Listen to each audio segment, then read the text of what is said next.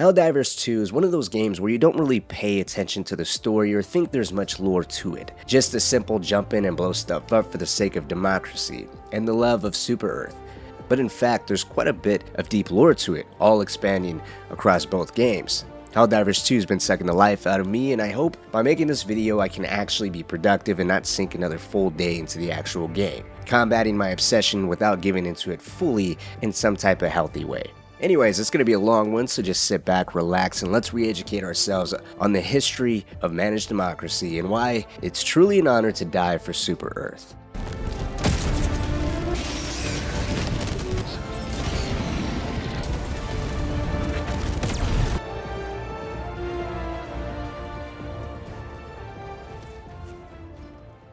Let's start at the beginning, the founding of the Super Earth Federation, the ultra-authoritarian power that would eventually thrive on its citizens participating in military ventures that pose a threat to humanity and freedom. It's believed Super Earth was established somewhere around the year 2040. All the countries and entire populations of Earth united, coming together under one, ending all major forms of war from one country or faction to another. They all came together to form a massive government to rule the entire planet and all the people who inhabited it. Once the government was established, it now took measures to quickly solidify the support of everyone now found under its rule, beginning with the birth of the Super Earth Federation flag. The flag was expected to hold the highest level of respect by all of Super Earth. If anyone was to be seen desecrating it, allowing it to get dirty, or if it was torn during any type of service, it was everyone's right and duty who witnessed this act to report those responsible for the flag's poorly kept conditions to the proper authorities. The Super Earth Federation flag was meant to symbolize the unity of the new government while reminding the Federation's citizens what their new core values were: democracy, freedom, and liberty. Three pillars that are intertwined as their citizens aren't exactly free, even though they believe otherwise. With a population as massive as Super Earth's, the newly established Federation needed an efficient way to govern the people all under their control. They had the visual symbol of the combined power and support of its people by way of the flag, but they really didn't have a way to properly govern the people quite yet. So the next step was to ensure the population loved the Federation above all else, and it was an honor to serve it. To achieve this, a number of ministries was set up in order to reinforce the newly created system that'll come to be known as managed democracy. Managed democracy was essentially an AI-assisted system that implemented special software that was designed to ask several questions to the population. These questionnaires and voting polls given to people would be the way elections and other political matters would take place on the galactic wide web, with the population's responses filtered through this managed democracy software. This gave the illusion of some pull of what was actually going on in their politics, when in reality, as a quote from Helldivers 2 says, managed democracy offers absolute freedom, freedom from the burden of choice. They believed they were making a difference when they really weren't. This belief, though, helped keep the population happy, and it allowed them to have their attention diverted elsewhere. This is where the ministries come into play. The Super Earth Federation established 7 different executive ministries with a unique focus and specific way to further progress Super Earth. The first one established was the Ministry of Truth. This ministry has the tagline, "Everything you need to know," with this insignia. This ministry is responsible for providing information based on truth and democratic principles to the public. Basically, this is the propaganda ministry. This is the ministry democracy officers report to. Democracy officers get a little more into the classes of Super Earth's population, which we'll get into in a second, but their use is just to motivate Helldivers and continue to fight for the honor of Super Earth and the love of managed democracy. In addition, for some motivational support, the democracy officers are responsible for carrying out corporal punishment through the Ministry of Truth. Instances of corporal punishment could be anything from straight-up execution to relocation to a so-called freedom camp, should the accused be held guilty of any form of dissident activity such as desertion or any form of criticism aimed at Super Earth. The final use of the Ministry of Truth is to provide the population of Super Earth with news and war reports. The ministry claims the reporting and evaluations have an accuracy of 100%, and any evidence against that or news obtained from the outside of official Super Earth channels is considered dissident propaganda and expected to be reported to the nearest democracy officer or Ministry of Truth official. The second ministry established is the Ministry of Defense. This ministry's slogan is, "We defend democracy's future," and that slogan supplies all the details of its responsibility, which primarily involves all the armed forces of Super Earth. They handle whatever is required in order to provide manage, and maintain the military forces necessary to deter and wage wars, as well as provide the security of the Federation. Collectively, the armed forces of the Federation are known as the SEAF, or Super Earth Armed Forces. The defenders of the Federation are split into different military branches that we'll get into more later in this video, but to quickly go over them, the branches are the Super Earth Army, the Navy, the Colonial Guard, and the highly respected Helldiver Corps. Super Earth's third ministry is the Ministry of Unity. Loyalty is rewarded, report any dissident activity. Yet another slogan basically giving not only the uses of the ministry, but a deeper insight into the indoctrination of the entire population. Unfortunately, unlike the previous two ministries, not much is known about this one. It's believed to be the one responsible for the interior of the Federation, handling the matters of domestic policy, public security, law enforcement, and the arrest of those suspected of dissident actions or thoughts deemed hostile towards Super Earth. Next, we have the Ministry of Intelligence. While we don't have an insignia like other ministries or a slogan to accompany it, we do have a little more information on this ministry's roles and overall tasks. The Ministry of Intelligence acts as a Federation's primary intelligence agency, responsible for the collection, analysis, and the exploitation of information in support of the law enforcement, galactic security, and military operations by Super Earth. The main role of this ministry is to collect, analyze, and distribute intelligence as required by the Federation. The way this ministry collects its information across such a wide scope of distance is both through overt and covert tactics. Espionage, communication interception, cryptanalysis, evaluating public sources, and cooperation with other institutions such as the Super Earth Armed Forces and the Ministry of Defense is quite common. It's actually believed the Ministry of Intelligence is a part of a wider Super Earth intelligence network, working closely with the Ministry of Defense and the Ministry of Truth. But in order to not have its duties overlap the others, especially the Ministry of Unity that primarily focuses on the population of Super Earth, the Intelligence Ministry primarily concerns itself with the enemies outside of the Federation, the most important of which would later be the Automatons. Through the successful actions of the Intelligence Ministry's interrogators, they were able to extract information from captured automaton bots through the use of what was called unpleasant sensory experience simulations. In other words, they were able to get the automatons to feel pain and by way of torture acquire valuable information out of them. Through these methods, the ministry achieved more success, with its most recent one being the discovery of what would be called the Reclamation. This was immediately identified as a massive invasion of an unprecedented scale meant to be launched by the Automatons in the Valdez sector. The main fleet of the Automatons hit every planet in the sector hard and fast, beginning with attacking the communications network of Super Earth, which would delay the deployment of SEAF reinforcements or even the Helldiver Corps. With a time bought by destroying the communications network, the Automatons were able to overrun every SEAF defender in the sector in a matter of hours. That would eventually cause Super Earth to be extremely cautious of not only this area, but future plans the Automatons might be having. Even after the sector was eventually cleared, the interests of the Automatons in the sector were never shared. But what was later discovered was a long-range communications array deep in automaton-controlled space on the planet called Troost.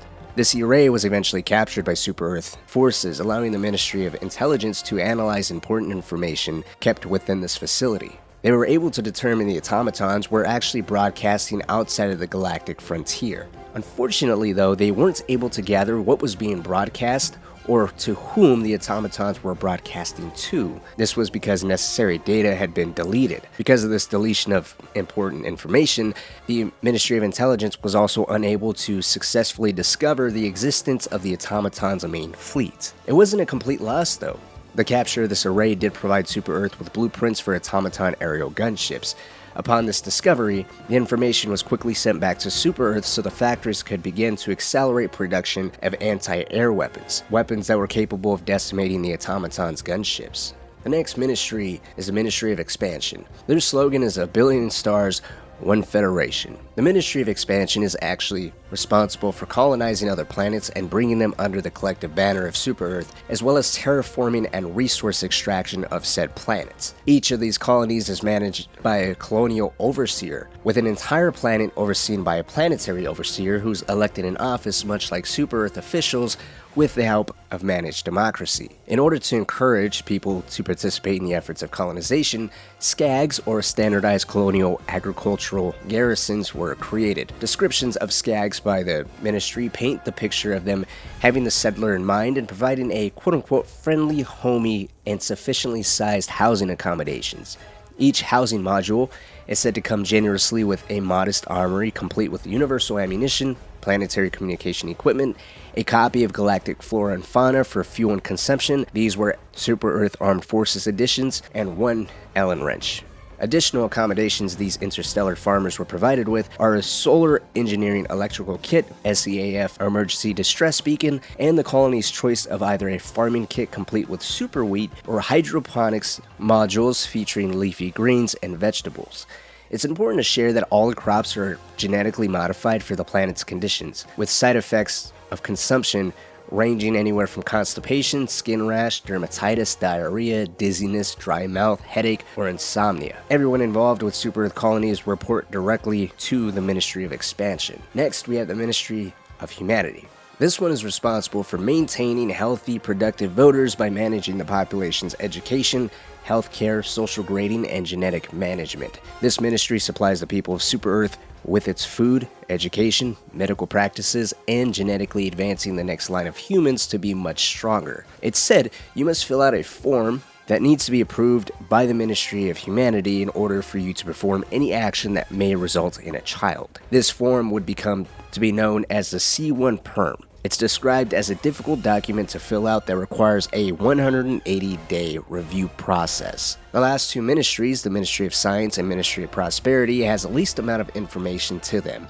I would assume the Ministry of Science would be working quite closely with the Ministry of Humanity, as the latter is said to have a very keen interest in further advancing the development of humanity. The Ministry of Prosperity, on the other hand, has only one mention by way of vending machines, with the vending machine saying the Ministry of Prosperity ensures every colony has access to the latest beverages, extending libationary ingenuity to all Super Earth citizens. This one seems more in line with some sort of luxury, but with every ministry having some sort of way to control and manage the population, I'm sure there's some more behind the scenes here. These 7 ministries help make up the overall political climate of Super Earth. I didn't quite know where to say this, but Super Earth does in fact also have a president that's elected periodically and oversees the leading of Super Earth. Now it's painfully obvious across both games that Super Earth is a society that brutally suppresses any dissidents and primarily focuses on furthering the goals of Super Earth, goals that eventually involve expansion beyond their own planet. Expansion beyond Super Earth was a thing that appeared to be rather natural within the society. It's said every citizen was handed a ceremonial but functional M2016 bolt-action rifle as soon as they turned 16 years old. This was to help encourage military service. Now, I previously mentioned there are 4 branches of the military arm of Super Earth, collectively referred to as the SEAF, or Super Earth Armed Forces. They are the defenders of Super Earth and all of its colonies. The Ministry of Defense has broken them down into a series of sections with different uses and focuses. Now, keep in mind, a lot of this is a mixture of speculation as well as sources pulled from the game itself, but at the top of the SEAF spear is the SEAF High Command. The High Command works very closely with the ministries within the government, but primarily deal with the Ministry of Defense. High Command's purpose is to direct the forces of Super Earth's armed forces to assure they meet the demands of Super Earth across the entire galaxy. Now, it's said during times of war, High Command distributes major orders for all the branches to focus on and make as a major objective for whatever campaign that they're launching. The Army of Super Earth is the main fighting force and the bulk of any threat that might arise against Super Earth. Besides dealing with the fighting itself, the Army is also responsible for taking over permanent security duties across liberated planets. Now, the exact strength of the Army is highly classified. Though the Army is undoubtedly massive, as it's said, it's able to pull an amount of manpower so incredibly massive that the Army is capable of holding down multiple fronts across dozens of planets. And of course, as I said, security duties. Aside from a massive pool of people to recruit from, the Army also employs a jaw-dropping level of overwhelming firepower. Heavy artillery, ICBMs, SAM sites, exosuits, tanks are all deployed and used by this branch. In Helldivers 2, when you launch the massive missiles or you come across SEAF artillery installations, those were all used by the Army. They were also created, developed, and built by the Army. As it said, Super Earth's army has its own engineering corps, an engineering corps that was also responsible for the TCS towers and the orbital defenses of the Menkent line, as well as providing technical support and repairs whenever needed. These military engineering units will sometimes be supplemented with civilian contractors when necessary. Aside from the engineering corps, there's also a very small branch of the army that's worth mentioning, the excavation corps, who were founded by SGM Janet Jones, who famously said, "The ground is just another obstacle that hasn't yet been cleared." The excavation corps was an engineering unit that are presumably responsible for systematic drilling and blasting for surface excavations. They make use of explosives and the CE-27 groundbreaker armor. Next up, we have the Super Earth Navy. Now, it's a little misleading. It's not the conventional way that you would think of a Navy. Super Earth's Navy here is actually their aerospace service branch. The very basic duty here is they're responsible for maintaining and crewing the space-borne warships like the Super Destroyer, Liberty-class cruiser, as well as aircraft such as the Pelican and Eagle. All are vessels that can easily be seen within Helldivers 2, with the exception of the Liberty-class cruiser. Aside from that, the primary mission, or at least mission statement, within the Navy is to defend and spread freedom as well as economic prosperity by providing orbital support to SEAF forces planetside. They must maintain orbital dominance, keep the faster-than-light lanes open, as well as transporting military personnel and equipment whenever needed. Now, as of now, the Super Earth Navy is the current dominant space-borne navy in the galaxy, with the only other fleet that comes anywhere close being the Automaton fleet, with its tens of thousands of Stingray fleet destroyers. Though figures of the exact size is unclear, it is likely the galaxy's most powerful navy as well as the largest, at least in terms of sheer numbers, with over 450,000 active vessels. And that is based off Helldiver numbers, as each active diver gets a super destroyer. The Super Destroyer itself is considered to be the primary warship of the Super Earth Navy, but the Liberty-class cruiser is presumably larger in both size and in armament. The third branch, and probably the most interesting, is the Colonial Defense Forces. The people serving under this branch are given extensive military and survival training. Every person, man, woman, child, and pet are all expected to lay down their lives without question in order to protect what they believe is Super Earth's legal holdings. This branch serves on colonies of Super Earth that are provided additional funding through the Ministry of Expansion. Deploying both security forces and colonial militia, in theory this branch should be able to successfully wage a guerrilla-style war against enemy invaders. Since they live on these colonies, the benefit of possessing a deep knowledge of their planet's terrain should transition into them being effective fighters. However, the opposite has proven to be the case here. As a result of the branch's inefficiency, budget cuts were slowly handed out that over time further weakened the branch's uses, cutting back on their military training, on the equipment provided, and even on their survival training. Eventually, this resulted in many colonies easily being overrun during the Second Galactic War, the one that's currently ongoing. Terminid hordes were able to overwhelm the defenses of Angel's Venture in a matter of hours. The Colonial Defense Force's weakened state was obvious, as this happened across many planets. Regardless of its weakened state and ineffectiveness in fighting, though, it's been reported these people were some of the most courageous to uphold democracy, liberty, and freedom. Helldivers, later coming to liberate planets overrun by the enemy forces, have noted finding dead citizens committing the ultimate sacrifice for democracy. On one planet overrun by automatons, Helldivers reported citizens taking out devastators using the most primitive means, either by double-barrel shotguns or in some rare cases of true love for Super Earth, shovels. As per SEAF policy, valiant heroes killed in battle would have their citizenship level raised, allowing their family to enjoy the additional status while earning them the right to have their names listed in the planetary death log. Last of the armed services, yet the most famous, the Helldiver Corps is the most coveted and highly respected organization, not just in the armed services but across all of Super Earth. They are seen as the ultimate keepers of freedom, democracy, and liberty. While the flag of Federation evokes unity, the Helldiver Corps draws up the image of ultimate patriotism. To die serving Super Earth in this prestigious corps is truly the highest level of honor and duty. For one to be a part of the Helldiver Corps, it appears anybody can join, but the easiest and most recruits come from the Super Earth Army. Upon being recommended for the Helldiver Corps, there's an obstacle course the new recruit must be able to complete. Upon completion of said course and earning the right to don on the Helldiver's cape, there's a contract of employment the Helldiver must agree to. This contract of employment and Helldiver's graduation cape is all found in the graduation chamber, which is during the tutorial at the start of Helldivers 2. The contract itself is quite lengthy. I'll leave a link down below if you want to read the entire thing, but the main points of this contract are as follows. 1. The following contract is entered willingly, and the enlisted confirms they are of sound mind, body, legal age, citizen grade of E or higher at the time of enlistment. 2. As a Helldiver, you shall employ the services in accordance with Super Earth High Command, the President of Super Earth, the Democratic Council of Super Earth, or credited parties of the aforementioned. 3. The services of the enlisted are, but not limited to, active combat operations, which may include raids, deployments, invasions, sorties, forays, assaults, blitz, incursions, onslaughts, liberations, raisings, flattenings, and nukings. Non-combat operations could include parades, interviews, signings, and appearances, executions, interplanetary transportation, including the escort of civilian and democratic vessels. 4. The High Command is to entrust the Helldiver with their own super destroyer. They, however, do not have the right to own the destroyer. Once the contract is terminated, the destroyer will be handed over to the Helldiver's successor. Should damages or any lost equipment occur that requires restorative action, it'll be taken out of their martyrdom payment. You see, Helldivers get paid for their work, with Super Earth paying its population in accordance with how patriotic and dangerous their job is. A Helldiver's job is considered exceptionally patriotic duty, so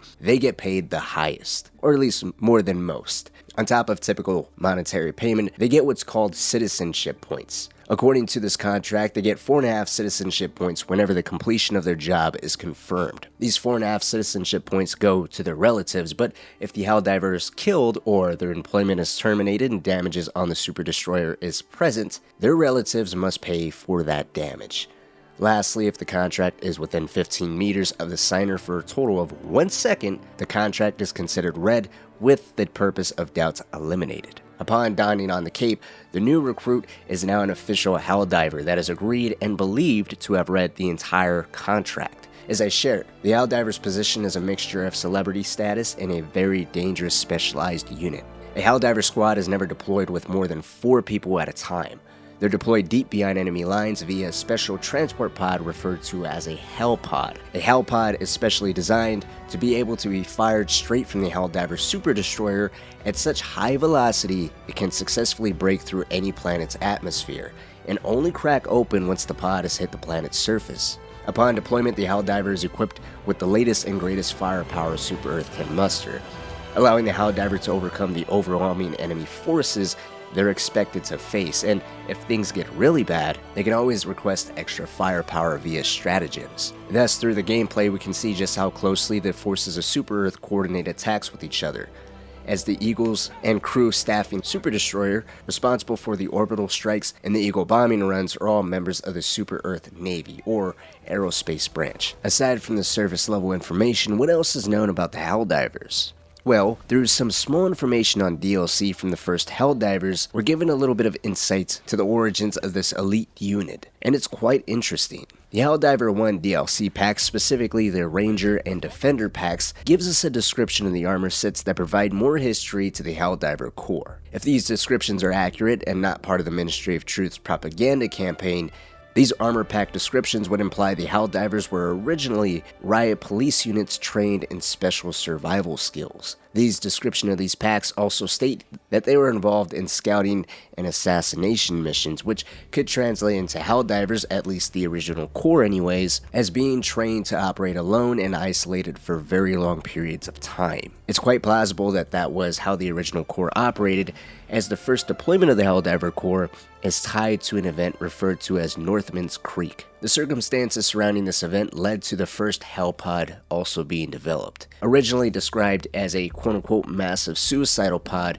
the first inception of a Hell Pod was meant to help counter an oppressive regime of socialists that had dug themselves in an area known as Malevelon Creek. Super Earth was incapable of gaining any type of air superiority, yet unwilling to allow these enemies to flourish, the Hell Pods with the first Helldivers inside were deployed to break through the air superiority the enemies had over Super Earth. 50 Helldivers were said to have landed in the parliament of these socialists. they swiftly killed everyone they made contact with and destroyed the regime, uniting the area of Northman's Creek with Super Earth again in the process. If this first deployment of Helldivers is in fact canon, then it would support the idea this corps had its origins in policing and conducting more covert operations such as assassinating rival faction leaderships. Which brings up the question of how elite is this corps really during the time of Helldivers 2? Has its high level of skill and prestige been eroded away over the years, becoming more and more as a celebrity status, something people could strive for working for the collective goal of Super Earth, diluting the genuine efficiency that this corps once had? Either way, with Super Earth's creation of a society dedicated to military service, 4 branches to satisfy the massive amount of patriots ready to serve and spread the love that they all had for managed democracy, now was the time to look beyond their planet's atmosphere. Over the course of many years, Super Earth went about colonizing and terraforming a large number of worlds. As time went on and managed democracy spread across the galaxy like wildfire, eventually Super Earth would come to be the largest empire in space. Similar to how it did back on Earth, they eventually consolidated their power, ensuring nothing got in the way of their beloved managed democracy. Discussing any forms of government was a crime and would be punished severely, just as it was back on Super Earth. As Super Earth's expansion continued, they came to realize that they were not the only species in the galaxy, though. 2 others would soon make themselves known. The first discovery of the 2 would be known as the Bugs, a species that resembled insectoid-like aliens. They were commonly found across Super Earth colonies, although they proved to be quite harmless. The Bugs were passive creatures that did display signs of intelligence, but kept largely to themselves. It was also reported that they are capable of speaking, but due to a language barrier, no one from Super Earth can tell what exactly they were saying, at least in the beginning. The next faction to make themselves known were the Illuminate, or the Squith, as they referred to themselves. Similar to the Bugs, the Illuminate were reported to be mostly peaceful. They only sought out Super Earth in hopes of coexisting together and establishing peace between the humans and the Squith. The third faction was also quote-unquote discovered, but this faction was of Super Earth's own design. This third faction would come to be known as the Cyborgs. The Cyborgs were originally colonists of Super Earth sent to live on the harsh planet Cyberstan. The planet is freezing cold but mineral rich. In order to properly survive, possibly due to cut funding from the Ministry of Expansion, these colonists would be forced to survive on their own. So in order to survive the harsh climate, they started to mess around with cybernetics, losing part of their humanity in order to live through the harsh weather conditions. Over time, the Cyborgs ended up expanding across other planets and developed a communistic type of government, effectively breaking off from Super Earth. Yet, despite this, they were still peaceful towards their former compatriots. For years, all of these factions lived in peace with one another, keeping to themselves, thriving under their own leadership. Unfortunately, this wouldn't prove to last too long though, as Super Earth became increasingly dissatisfied with what they had, and so they started to look towards other races. The first Galactic War began with a terrible discovery. The Bugs, the first species Super Earth made contact with that proved to be quite harmless, was discovered to be a valuable resource. Upon death, the corpse of these beings would decompose into a substance called Element 710, or, to put it quite simply, oil. A highly super efficient type of oil, one that could not be manufactured or engineered. This presented Super Earth with a lucrative proposition to farm them and of course supply their armies with an invaluable resource. The downside to this was the Bugs were not going to be easy to kill or even farm, as they were seen as highly intelligent. Never deterred before and not willing to be so now, Super Earth carried on with its plan to farm and kill these Bugs, beginning with an aggressive propaganda campaign portraying the Bugs as murderous fascist insects, hell-bent on killing all of humanity. The campaign was quite successful in turning the public view against these peaceful creatures. Now with a united front against them, the Bugs began to be massacred in droves. In the beginning, the Bugs didn't quite understand what was going on, to the point of not even putting up a fight. They were initially confused by the sudden aggression of humanity against them. Instead of offering any kind of resistance, despite watching so many of their kind be killed or imprisoned, the Bugs decided to develop a way to properly communicate with Super Earth officials. Unfortunately for them, all their pleas fell on deaf ears. These people had already made up their minds. As their genocidal campaign against the bugs continued and the well of oil reserves flowed, Super Earth now began to turn its attention on the other factions as well, with the cyborgs being their next victims. The cyborgs as Cyberstan for the longest was still a part of Super Earth. Unfortunately for them, Super Earth viewed their cybernetics as appalling and viewed it as degrading the human image. Interestingly, if you think about it, Super Earth even showed a very high level of tolerance directed at these people for quite some time. Finally having enough, though, now was time to eradicate the blemish on humanity that they pretty much created. In order to get the population of Super Earth behind a war on the cyborgs, Super Earth's government detonated a bomb on Super Earth in an area called District 48. The official story says the bomb resulted in only 8 deaths and was the result of cyborg terrorism. In reality, the death toll was much higher. Estimates are in the thousands, and of course the cyborgs had no involvement with the heinous act. But in typical Earth fashion, any view or story opposite to the official story provided by the Ministry of Truth would be labeled as a cyborg sympathizer and would run the risk of death or relocation. After this false flag operation, Super Earth declared war on the cyborgs, resulting in the cyborgs swiftly officially seceding from Super Earth and forming what would be called the Collective of Cyberstan. While war was being prepared against the cyborgs, the bugs, finally having enough of Super Earth's genocidal campaign, began to fight back.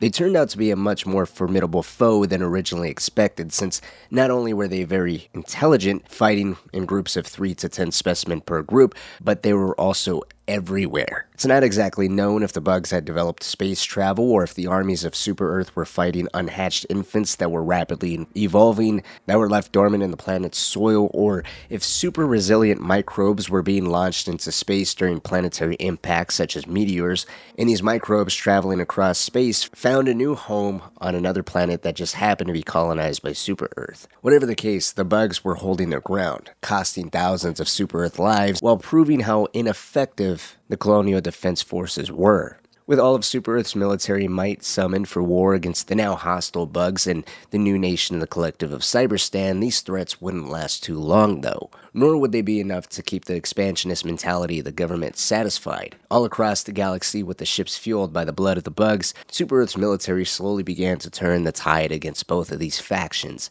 and started to look towards a third. But before they can focus on the third, Cyberstan would be setting the groundwork of how the campaign against the third faction would be carried out. Now, Cyberstan would be dealt with particularly harshly, as the entire campaign was waged against them based off of pure annihilation. In an incredible effort of defiance in the face of Super Earth and unity amongst their new identity, the cyborgs began to manipulate their bodies more and more, further stripping away their flesh, and over time, this developed into a belief that advancement and unity of technology gave them a higher meaning in life. The cyborgs also tried to influence others to rebel against Super Earth, broadcasting to neighboring planets and other Super Earth colonies claiming Super Earth ideals are lies and they brainwashed their people. It's not really documented if these efforts ever proved fruitful, but it was a valiant effort that didn't last too long. Within a matter of months, the arrival of Super Earth forces in the region of the galaxy Cyberstan was located. Every planet the cyborgs managed to take over was slowly and brutally put back under the control of Super Earth yet again, eventually resulting in the fight being taken to Cyberstan, the home planet of the cyborgs. After many lives being lost on both sides, Cyberstan was officially retaken by Super Earth. The government was ruthlessly destroyed, with seemingly all of its members killed, and every resemblance of the Collective of Cyberstan immediately annihilated. Some mercy, if we can even call it that, was shown, however. Not every inhabitant of Cyberstan was killed, but those that were allowed to live were forced to adhere to managed democracy once again. Cyberstan was formally recolonized by Super Earth, and this was successful for a time. In the years following the recolonization of Cyberstan, there was peace between what remained of the cyborgs and the occupiers of Super Earth. Peace that slowly grew more and more unstable due to the occupiers' progressive cruelty towards the cyborgs. Eventually growing tired of such treatment, the cyborgs would commit a terrorist attack directed at Super Earth, immediately declaring its independence once again. Due to the cyborgs' weakened state, though, and Super Earth only growing more and more powerful over the years, the rebellion was quickly, if not immediately, put down, and what remained of the cyborgs now were forced into the mines of Cyberstan. This officially ended the war between the collective of Cyberstan and Super-Earth. On the front against the bugs, as they started to become overwhelmed by the sheer manpower and firepower of Super-Earth, the Ministry of Truth began to change the public opinion on them. Originally, they were described as a vicious species that wanted to kill every human and destroy their way of life. The narrative against bugs transitioned into one demanding their extermination to one where they now deemed it unnecessary to kill them. The bugs, after all, were still a valuable resource, so it was never even an official aim to kill them. It was more just a means to get the public support to push the Super-Earth's government real agenda, which was to enslave the bugs. Now that the bugs' population was becoming more and more manageable across the galaxy, Super-Earth would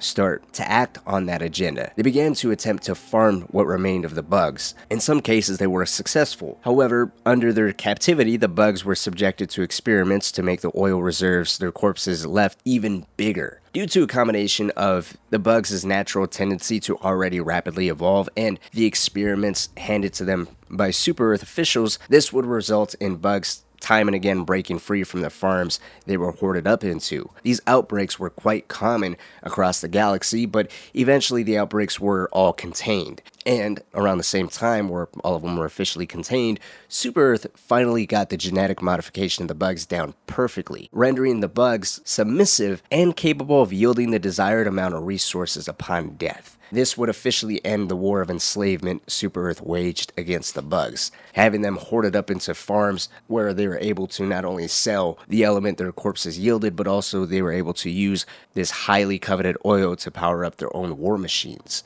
The final faction Super-Earth targeted during the First Galactic War was the Squith. These proved to be the most difficult for Super-Earth to garner enough public support to go to war against. The Squith, or the Illuminate as officials of Super-Earth referred to them as, did everything they could to live peacefully with Super-Earth. They wanted to have humans and their kind to live side by side. They even sought out peace whenever some sort of problem arose between the two of them. It doesn't appear as if fear was ever a factor in their diplomacy towards Super-Earth, rather they just hoped to live in unison. Now, while the bugs were pretty much everywhere and the cyborgs occupied the planet of Cyberstan, the Squith occupied the entire southern quadrant of the galaxy and were a highly advanced species of extragalactic race. They made use of bioelectronics and nanopower devices. Unfortunately for them, this advancement in technology was the very reason Super-Earth would slowly become jealous over. They lacked the knowledge or proper information to build weapons, ships, or other items based off the technology the Squith possessed. They wanted the technology of the Illuminate for themselves, so they decided to take these technological advancements from the Illuminate by force. And the way they pictured a justified war against them to make sure they achieved enough public support was by the Ministry of Truth engineering a really successful fear campaign, one where they effectively convinced the entire population of Super-Earth that the Illuminate had weapons of mass destruction. They claimed the Illuminate possessed a weapon they referred to as a powerful nano-fusion device that could destroy an entire planet. According to other propaganda against them, they also had a large arsenal of weapons called obliterator bombs. Sure, the Illuminate were peaceful now, but who's to say that over time they weren't going to become jealous over Super-Earth and manage democracy's expansion? It's best we all unite together and exterminate this deadly foe, basically rallying behind an idea of we better get them before they get us. Now in reality, the Illuminate did not possess such weapons. Nonetheless, with the public now eager for action, something to be done to ensure that their life and precious managed democracy just won't disappear in a matter of seconds, the Ministry of Defense quickly drew up plans to launch a preemptive strike. Despite the war that quickly began between Super-Earth and the Illuminate, and of course the very successful propaganda campaign launched by the Ministry of Truth, there was still some people that refused to view the Illuminate as monsters, going so far as to refer to the Illuminate as aliens that were ancient and wise. Just as officials from Super-Earth dealt with sympathizers towards the bugs or cyborgs, Illuminate sympathizers were not to be tolerated. Many of these people were even publicly executed, as a way to remind everyone dissidents of any kind would not be tolerated, no matter what race, group, or belief system it was directed at. Just as the war against the bugs and cyborgs were quite bloody, the war against the Illuminate was no different. Planet after planet fell under Super-Earth's control, only for the Illuminate to take it right back. Whether due to Super-Earth's immense well of resources in terms of manpower, firepower, and natural resources such as the element 710 bugs were supplying them, with Super Earth getting more and more powerful and the Illuminate launching everything they had at Super Earth, possibly completely exhausting all their resources.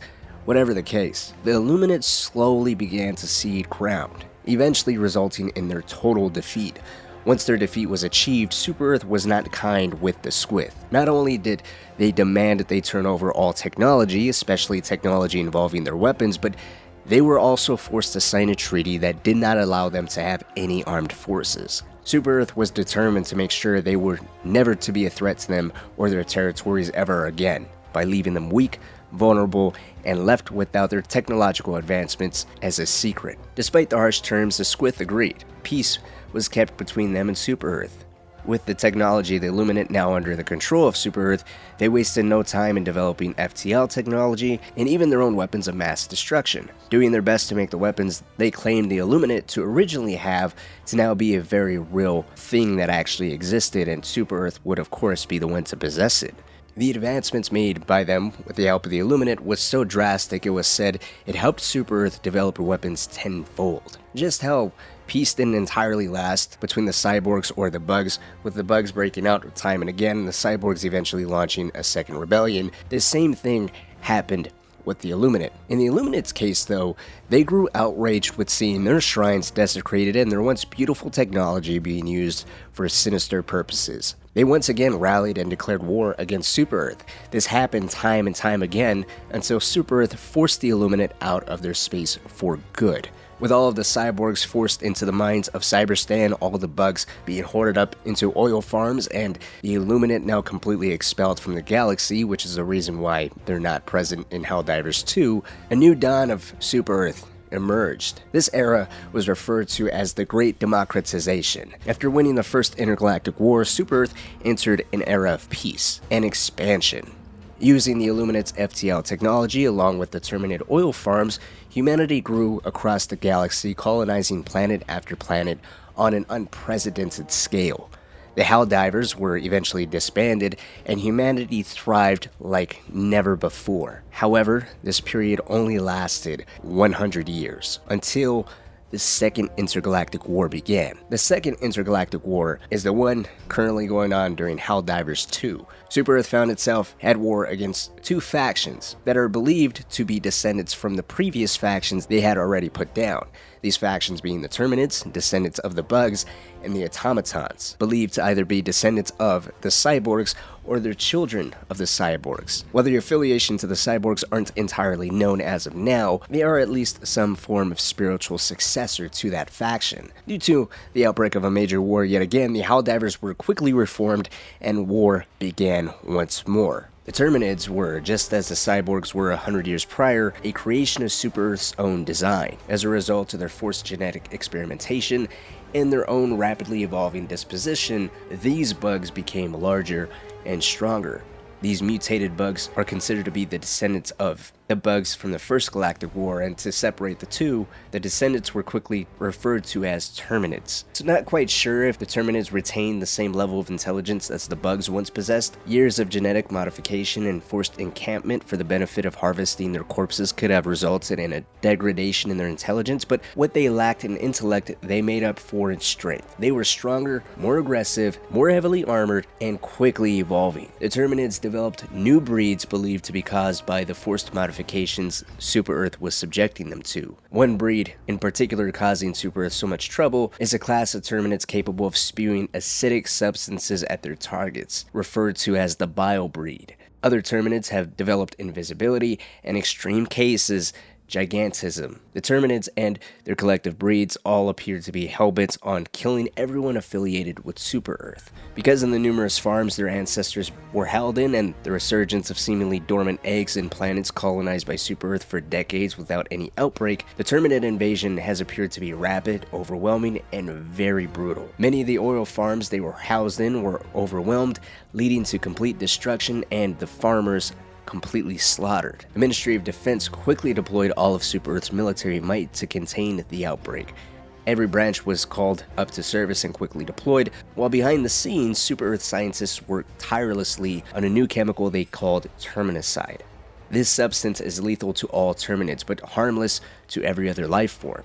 Termicide was effectively deployed in the All-Malt sector via the TCS towers on all 4 planets, resulting in the culling of 99.6% of all terminids across the 4 planets in that sector. The victory was very short-lived though. The terminids quickly evolved to become immune to termicide. Their new immunity gave them the ability to completely retake all of the All-Malt sector, turning the whole sector into a giant super colony of theirs, with the planet Meridia in particular deemed so dangerous it's beyond the point of return. As the immunity to termicide wasn't bad enough, another breed of the terminids were quickly discovered. On March 21st, 2024, or March 21st, 2184 in the game's lore, the Ministry of Intelligence confirmed the breed called Shriekers, terminids that were now capable of flight. As humanity struggled with the terminid outbreak wreaking all sorts of havoc in the eastern quadrant of the galaxy, in the western quadrant, the Automatons made their presence known. As children or just creations by the Cyborgs,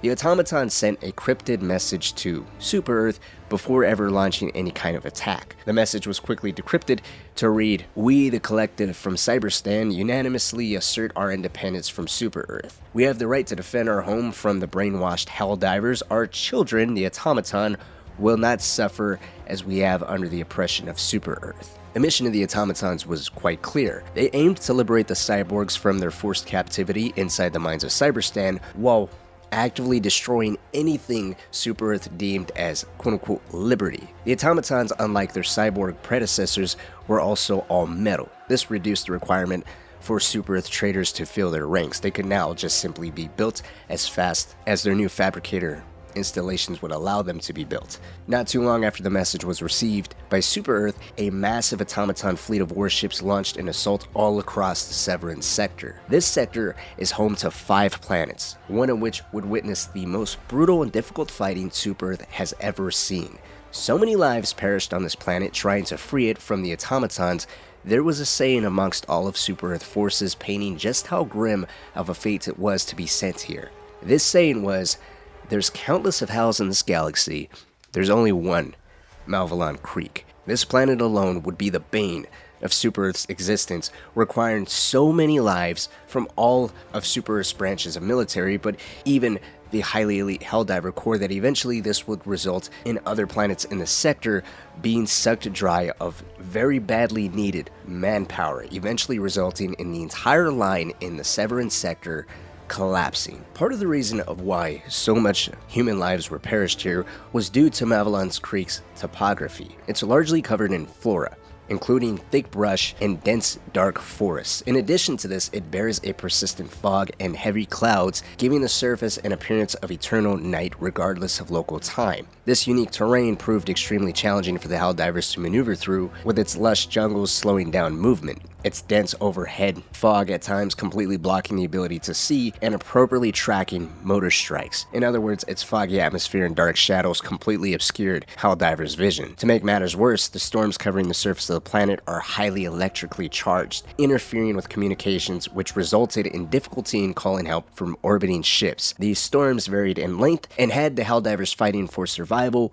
without support for an extended amount of time, and this was something the automatons used to their advantage very heavily. The first battle on Malevelon Creek began on February 8th, 2184. The fighting on Malevelon Creek broke out immediately with the beginning of the Second Galactic War, with the first day already seeing small-scale fighting between Helldiver forces and the automatons. Slowly but surely, the Helldivers called on for more reinforcements on the planet as the fighting grew more and more intense. This resulted in what would be called the Fight for the Creek recruitment drive, which saw a large propaganda campaign launched by the Ministry of Truth calling on for citizens to enlist and fight specifically for Malevelon Creek, which quickly became infamous for being among the deadliest battles in the entire war. Some say the Creek single-handedly assisted in boosting the recruitment numbers for Helldivers because people were seeing the high death toll. While other planets went back and forth with the liberation progress, the Creek consistently saw relatively low liberation percentages, proving the difficulty the Helldivers were facing on this planet. Even though Helldiver deployment numbers were the same as other planets, it didn't make that much of a difference. Soon enough, Helldivers began to widely use napalm on the jungles of Malevelon Creek as a way to deprive the automatons of cover. burning away the thick, lush jungle while also clearing up a little bit of the fog. But seeing the Helldiver effort on the planet slowly making progress, the Automatons continued sending millions of their own troops to defend this planet. Neither side was giving way. As fighting ensued, the Helldivers began to struggle on the Automaton front across all planets.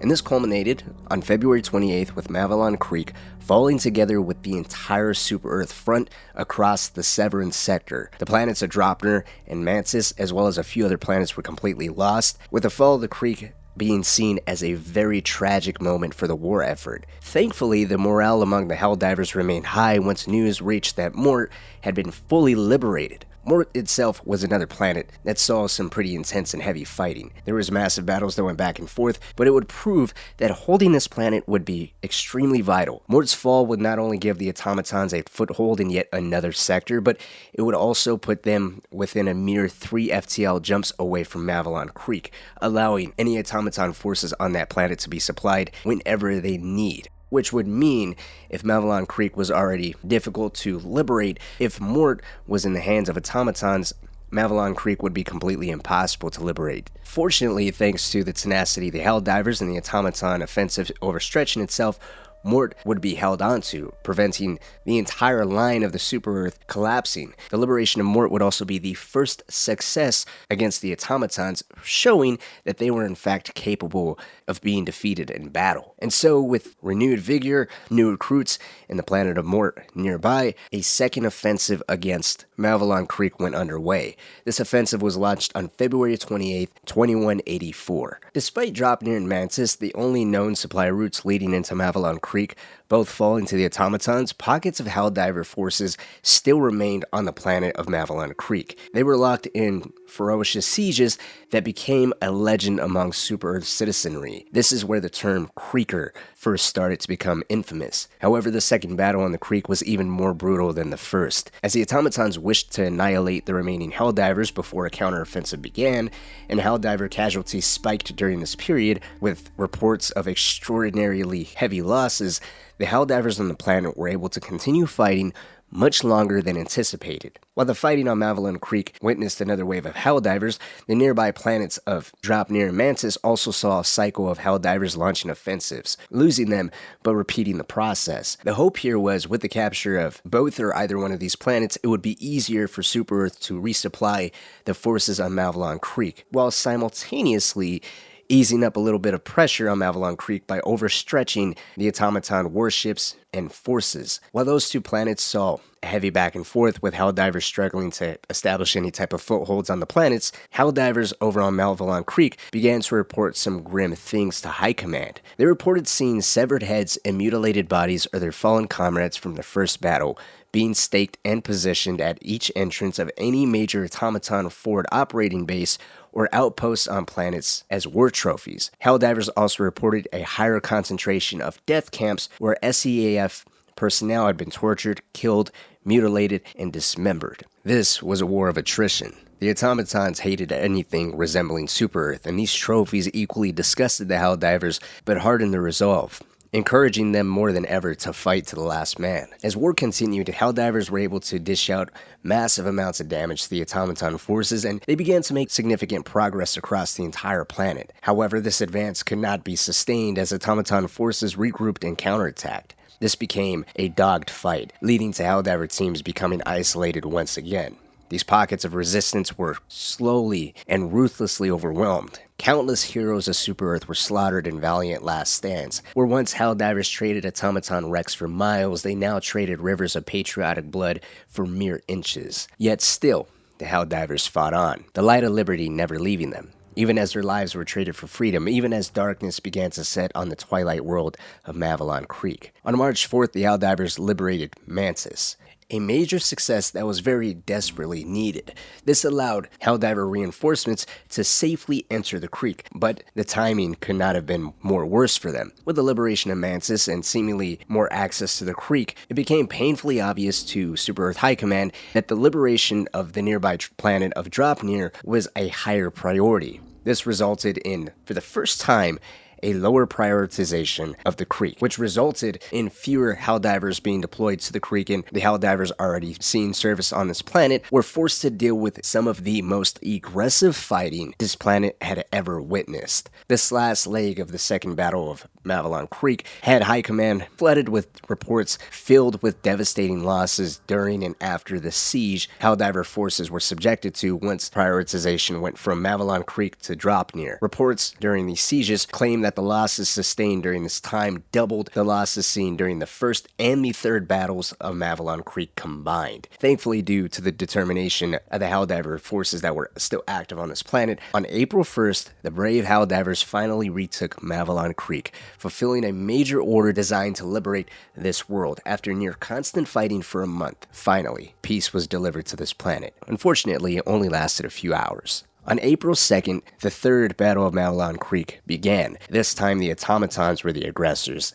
They launched a massive attack in an attempt to reconquer the entire world in one swift blow. This included the most extensive automaton support initiative to date. It included deploying the highest amount of automaton ground forces, a deployment of new automaton aerial gunships, a more rapid dropship schedule, more strategically placed motors, and finally, new massive walking mechs known as factory striders. This was all an attempt to completely thwart any Helldiver advance. Once again, the Helldivers were called in to rescue civilians and completely wipe out the Automatons. This battle saw the biggest percentage of the Helldivers deployed to any single planet up to that date, with a total of 35% of the whole Helldiver Corps seeing service. This was only surpassed later during the Battle of Durgan, which saw an even higher percentage at 42%. But just 9 hours into the battle, the Helldivers completely overwhelmed the Automatons. The planet's surface had been completely cleared of all murderous machines, and numerous space wreckage orbited the planet. A last grim reminder of what once was the monstrous automaton fleet. April 3rd was the first day of peace on the planet since its initial invasion. The president of Super-Earth issued a decree which recognizes this date as Malevelon Creek Memorial Day. All Helldivers were issued a commemorative cape in memory of their fallen companions, and from this day forward, Malevelon Creek has remained quiet and peaceful. The automaton threat now only a memory for the Super-Earth colonizers who survived to remember. Despite the flames of war on the planet being long gone, the creek still serves a purpose. It stands as a reminder to the Helldivers that even in Super-Earth's darkest hour, their might and determination can light up the horizon with the flames of managed democracy.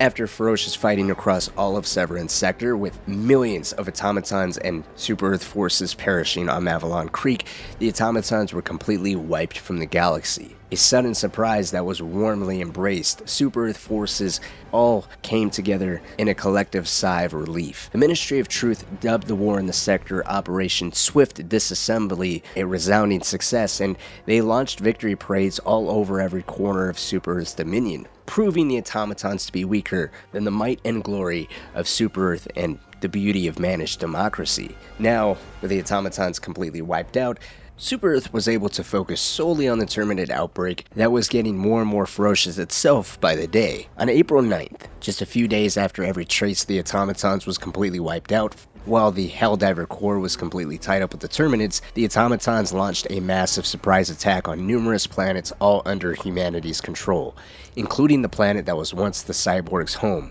Cyberstan. The initial contact with the automatons all over the Severan sector and all the intense fighting on Malevelon Creek was simply the automatons testing the strength of the Super-Earth forces, most of which their most elite force, the Helldiver Corps. Now, the real war was beginning, and that is currently where the Second Galactic War sits. The terminids still continue to be a threat in the eastern quadrant of the galaxy, while the western quadrant is still seeing some ferocious fighting between the Helldiver Corps and the automaton forces. We are yet to see another massive coordinated attack as we witnessed on Malevelon Creek. While the automaton did have a massive fleet, with a lot of it being decimated during Malevelon Creek, the Super-Earth Navy is still considered to be the largest navy in this known galaxy. We still have yet to hear from the Illuminate that could be biding their time, sitting back watching the damage that the automatons did due to the Helldiver Corps.